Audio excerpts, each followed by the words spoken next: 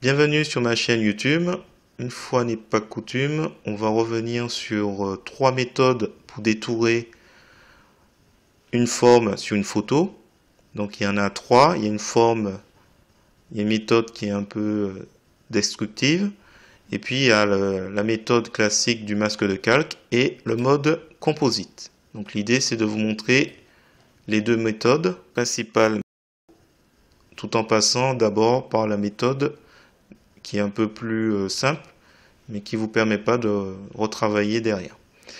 Si vous trouvez mes explications intéressantes, je vous remercie de me mettre un pouce vers le haut et de me laisser un commentaire. Et n'hésitez pas également à vous abonner à ma chaîne pour voir d'autres contenus sur GIMP, LibreOffice ou Gmic. Et sur ce, je vous souhaite un bon visionnage. C'est parti, nous voici sur GIMP, la version 2.10.32. Avant de commencer, un petit préalable avec l'éditeur d'image GIMP. Si vous n'avez pas une interface, un environnement de travail qui est similaire, vous allez être peut-être un peu perdu. Je vous invite à utiliser les vidéos pour débutants qui est dans la playlist. Donc vous allez dans la playlist, je vous mets dans la description la playlist pour débutants. Donc ça vous permettra d'avoir le même environnement de travail pour suivre ma vidéo. Le plus important, si vous êtes déjà habitué avec GIMP, c'est d'avoir une barre d'outils visible. À proximité, les options de l'outil. Ça permet d'affiner l'utilisation de tel ou tel outil. Et troisième élément important, la boîte de dialogue calque. Il vous faut ces trois éléments pour pouvoir suivre ce tuto. Alors, on va chercher notre photo. Nous sommes allés sur Pixabay. Je vous mets le lien dans la description.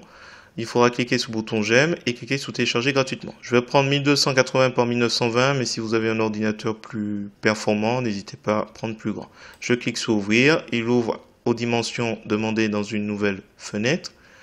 Une fois que c'est ouvert, vous cliquez sur le bouton droit de la souris, vous copiez l'image et vous revenez sur l'éditeur d'image GIMP pour aller dans édition, coller. Quand vous faites cette opération, vous avez un calque copié qui apparaît. On peut le renommer. Je renomme chat. Une fois que c'est fait, on clique sur le bouton droit de la souris et on va ajouter un canal alpha. Alors, canal alpha, comme indique l'infobulle, ça permet d'ajouter une information de transparence. Si vous avez besoin que les bords de cette photo soient arrondis et transparents, pour que je n'ai pas sur une feuille rouge, vous distinguiez bien les bords arrondis de la photo, il vous faudra ajouter un canal alpha. Donc là, c'est fait. Nous avons trois méthodes pour réaliser ces bords arrondis. Alors, on va voir la première qui est la plus simple mais la moins conseillée, recommandée, parce qu'au final, une fois que c'est fait, on ne peut pas revenir dessus. Vous sélectionnez l'outil de sélection rectangulaire. Il faudra vous assurer dans le menu affichage que vous avez aligné sur les bords du canevas. Ça, c'est important. Sur les guides aussi, ça peut être toujours utile, mais ça, c'est important. Comme ça, avec notre outil de sélection rectangulaire, dans les options de cet outil, nous allons nous assurer qu'on a coin arrondi. Donc là, je vais le mettre à 50. Et quand je vais me placer à peu près ici, hop, il va bien cimenter aux limites. Contrôle molette de la souris pour zoomer, dézoomer. Là, on voit le bord. Et donc en haut, et plus j'augmente, plus c'est arrondi. Là, je suis à 193, il est un peu plus arrondi. Une fois que c'est fait, pour info, c'est tout ce qui est à l'intérieur qui est sélectionné. Or, je veux simplement mettre de la transparence dans les coins. Qu'est-ce que je vais faire? Je vais inverser la sélection. Du coup, la sélection, elle est active ici et ici. Et je fais édition, effacer. Et là, on voit un damier. Et le damier, ça symbolise, ça permet de distinguer la transparence. Donc, on fait sélection aucune, on n'a plus besoin. Donc, dans les quatre coins, on a notre arrondi. Et on fait après fichier exporter sous le nom de votre fichier .png. PNG, c'est le format qui supporte la transparence. Si vous faites JPEG, vous n'aurez pas cet élément, vous aurez une couleur blanche par exemple. Alors, ça c'était la première méthode. J'annule tout. On revient à notre photo de départ. Deuxième méthode, qui est peut-être un peu plus recommandée. Clique avec le bouton droit de la souris sur le calque chat. On ajoute un masque de calque. On prend initialiser le masque de calque à blanc. Et quand on va faire ajouter, donc là c'est pas coché, inverser le masque. Quand on fait ajouter, on a un masque de calque qui s'active à côté. Par défaut, dès qu'on fait ça, il est sélectionné. Si jamais vous voyez à un moment donné sur votre calque normal une bordure blanche, vous ne travaillez pas sur le masque de calque. Là, du coup, on travaille uniquement sur le masque de calque. Même chose que tout à l'heure, j'ai ma sélection rectangulaire, je ne reviens pas sur les paramètres. Affichage, on s'assure qu'on est sur les bords, aligné sur les bords du canevas. Lissage, coin arrondi. Je vais augmenter à 543, ce sera un peu plus arrondi. Voilà, donc là, bon, il s'aimante. Avec la molette de la souris, je peux dézoomer et je descends en bas. Et voilà. Et qu'est-ce que je fais? Toujours pareil. Donc là, on observe que la sélection est tout autour, mais il n'y a rien au niveau des angles. Qu'est-ce qu'on fait? Comme tout à l'heure, sélection inversée. Et on va faire un glisser-déposer de la couleur noire. Et couleur noire, quand vous utilisez le masque de calque, c'est de la transparence. Et sinon, vous avez aussi la possibilité de faire édition, remplir avec la couleur PP premier plan noir. Donc moi, c'est les couleurs par défaut. Quand on clique ici, c'est noir et blanc. Noir couleur de premier plan et blanc couleur de premier plan. Donc là, c'est bon. La sélection qui est encore active, on n'en a plus besoin, donc on fait sélection aucune. Et même chose, fichier exporté sous .png. Extension pour supporter la transparence. Alors, une fois que c'est fait, on va passer à la troisième méthode. Troisième méthode, alors je vais supprimer tout ça. On va revenir au début.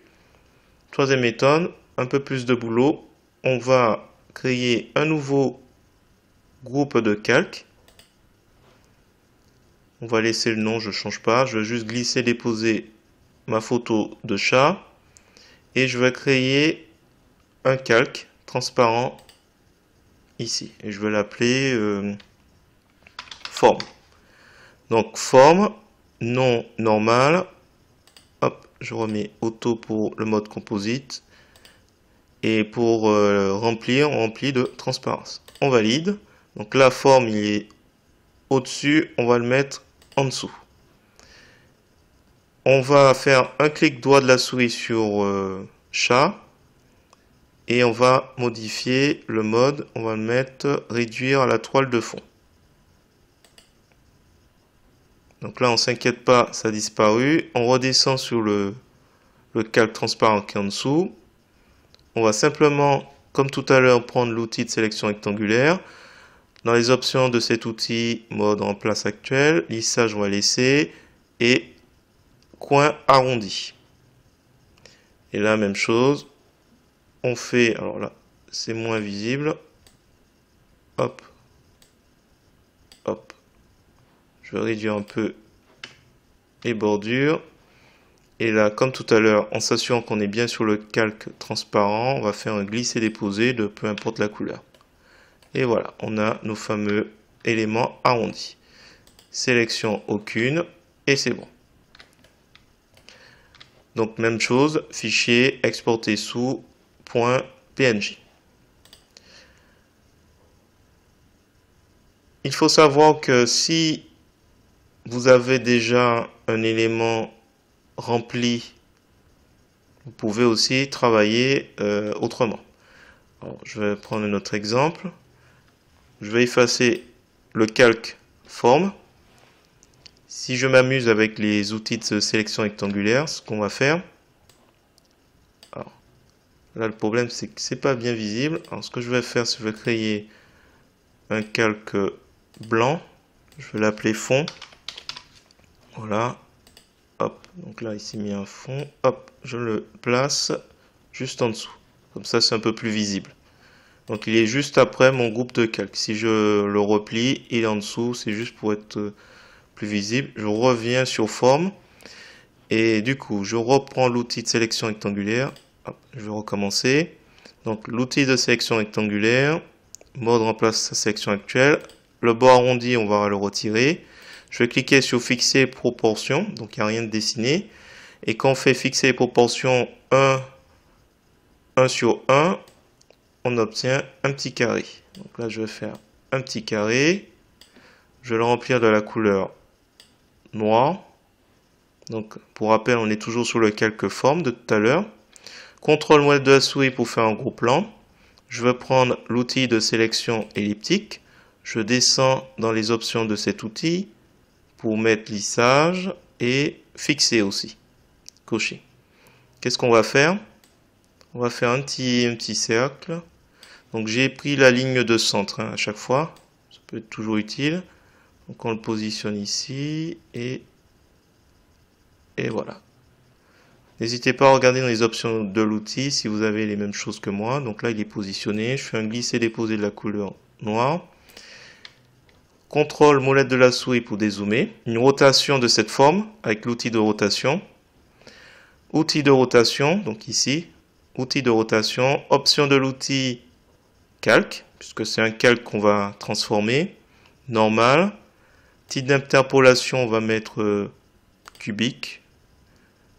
Là, je pense pas qu'il y ait énormément d'importance. Les aperçus, j'ai tout coché.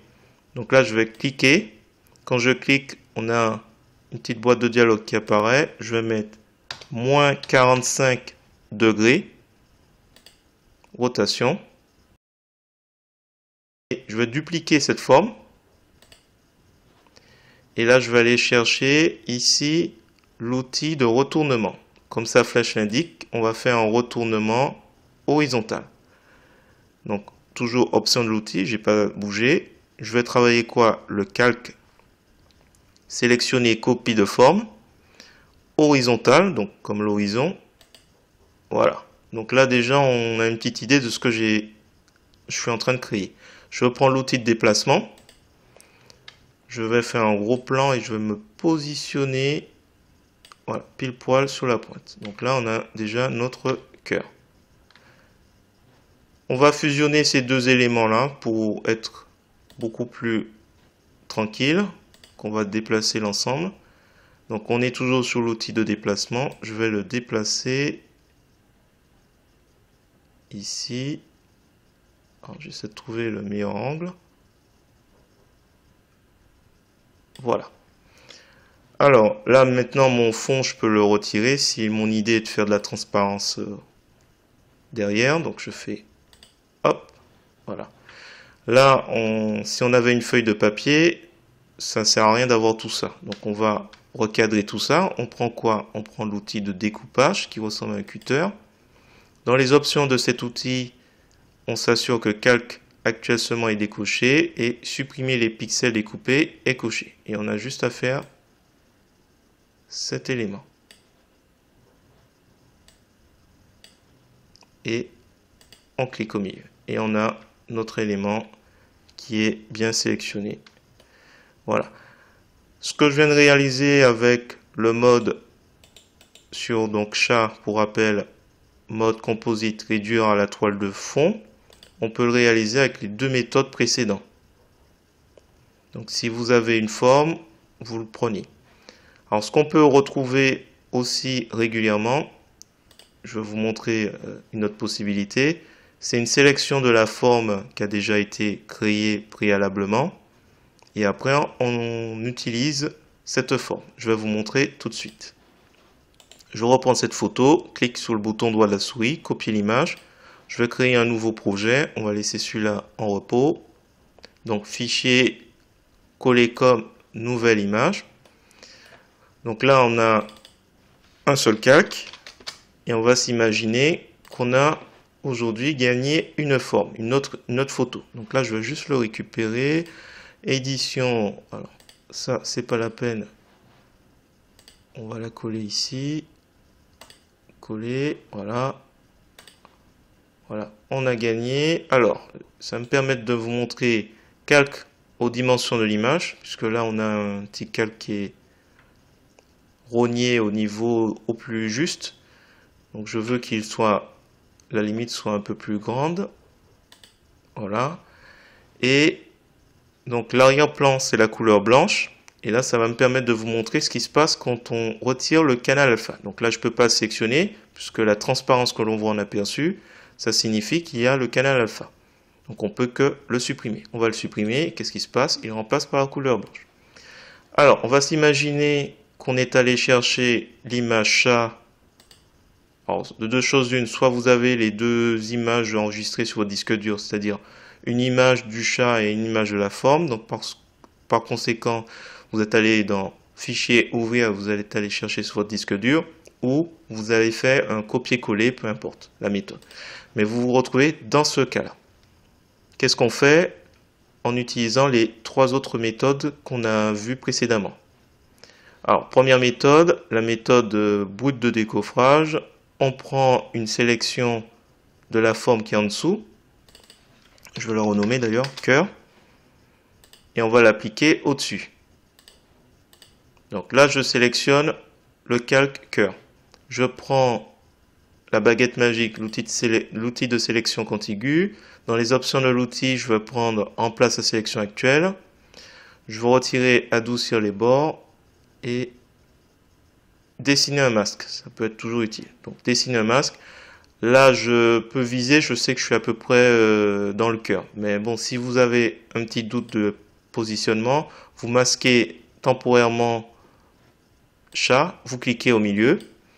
Là, on a quoi? On a une sélection tout autour de notre cœur. On refait réapparaître chat et surtout, on le sélectionne. Le fait de le sélectionner, ça nous permet de voir qu'on a notre sélection ici. Alors, qu'est-ce qu'on peut faire? Toujours pareil. Alors, je vais d'abord masquer cœur. On va déplacer cette sélection.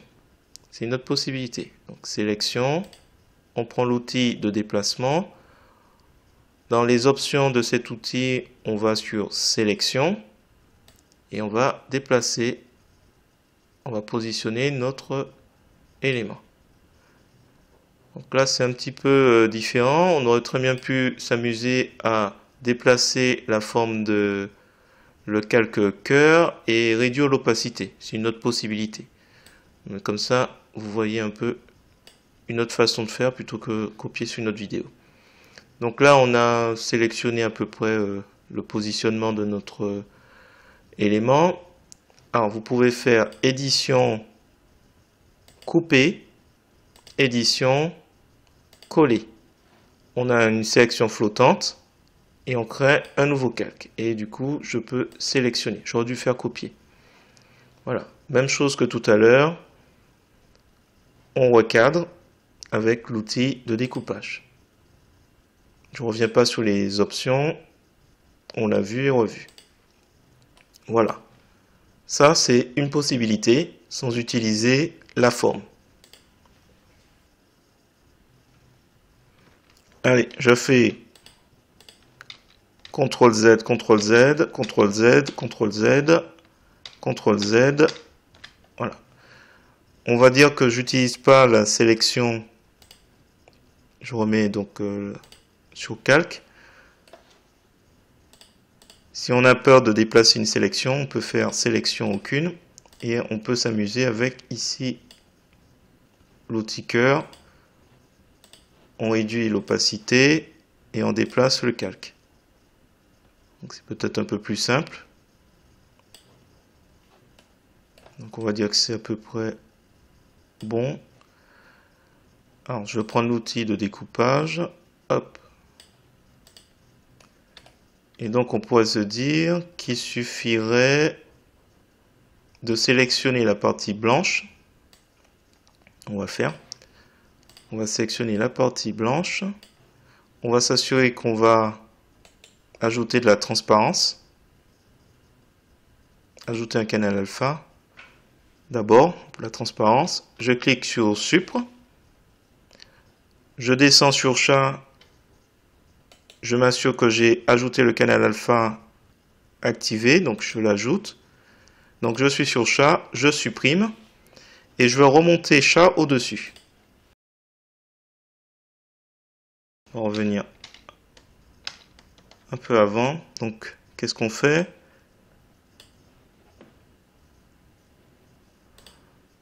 Donc on peut utiliser la méthode qui consisterait à récupérer ce cœur. Il y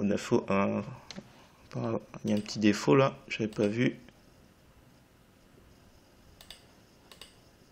On va corriger vite fait. Voilà, ni vu ni connu. Alors, là qu'on a cet élément de forme, on peut s'amuser à faire un clic sur le bouton droit de la souris, ajouter un masque de calque, blanc opacité, ajouter. On va faire, on fait réafficher, on va faire CTRL-C ou édition, copier, et on sélectionne bien le masque de calque pour faire édition, coller. On encre et on affiche. Donc là, je vais déplacer l'élément et là, je reviens sur le masque de calque. Alors, je vais un petit peu vite, mais c'est basique qu'on a compris les principes. Et on va inverser les couleurs puisque, pour rappel, la couleur noire, c'est la couleur de transparence et c'est pas au milieu que je veux. Voilà, on revient un peu à la même méthode. Voilà, je vais m'arrêter là. Je vous ai montré toutes les étapes, voire enfin les trois principales méthodes. Donc pour rappel, vous avez la possibilité, alors si vous n'avez pas de forme, si vous avez juste la photo, ben, vous y allez directement avec la sélection, les outils de sélection. Et donc il faudra simplement sélectionner les éléments qui sont à supprimer, en vous assurant préalablement que vous avez ajouté le canal alpha. Donc vous avez la première solution. La deuxième solution, c'est le masque de calque. La troisième, c'est en utilisant le mode composite réduit en toile de fond. Voilà, je reviens, c'est lui. Donc mode composite, réduit en toile de fond, donc la photo. Et juste en dessous, vous avez un calque transparent où vous faites les formes avec les couleurs qui vont bien. Là, c'est la couleur noire, mais ça aurait pu être la couleur blanche. Il n'y a pas de difficulté. Hein. C'est simplement qu'il couvre les éléments où il y a des pixels. Et là, je viens de vous montrer le masque de calque, mais de deux façons différentes. Une où on construit ce masque grâce à la sélection, et une autre où on a justement la photo plus une autre illustration avec la forme désirée. Voilà, si vous avez trouvé intéressant cette vidéo, je vous remercie de mettre un pouce vers le haut et de me laisser un commentaire. Et n'hésitez pas également à vous abonner à ma chaîne pour voir d'autres contenus sur GIMP, LibreOffice ou GMIC. Et sur ce, je vous dis à bientôt.